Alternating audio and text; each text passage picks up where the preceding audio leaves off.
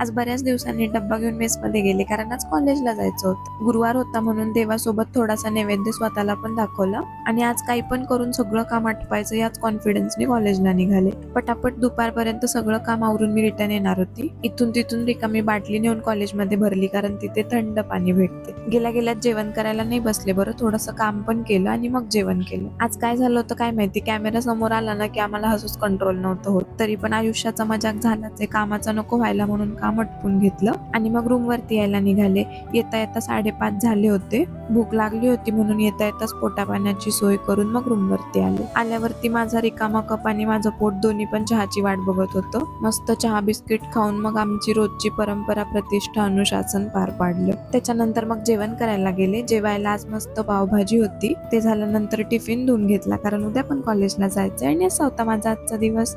भेटूया next blog मध्ये. Bye.